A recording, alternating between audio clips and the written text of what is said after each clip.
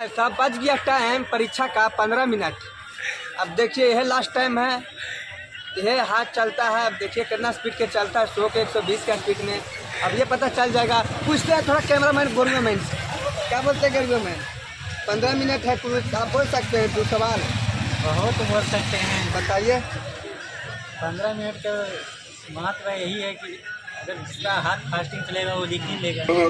सुने या तो 1 मिनट में तो तार चढ़ जाता है चढ़ने वाला, तो 15 मिनट में तो बेड़े पार लगेगा। पार लगेगा नहीं। ठीक है, 15 मिनट छूट मिलेगा तो आगे भी पूछ लेते हैं। आइए उधर दर्शक बैठा हुआ है मेरा। हाँ चलिए। आइए खड़ा। हाँ चाचा, 15 मिनट बता, क्या बोलते हैं? अब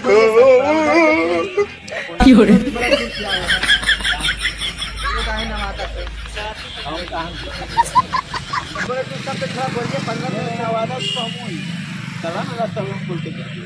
रोक रोक के देखिए, जब थोड़ा बोलिएगा तो अच्छा लगेगा जी, सुकून मिलेगा।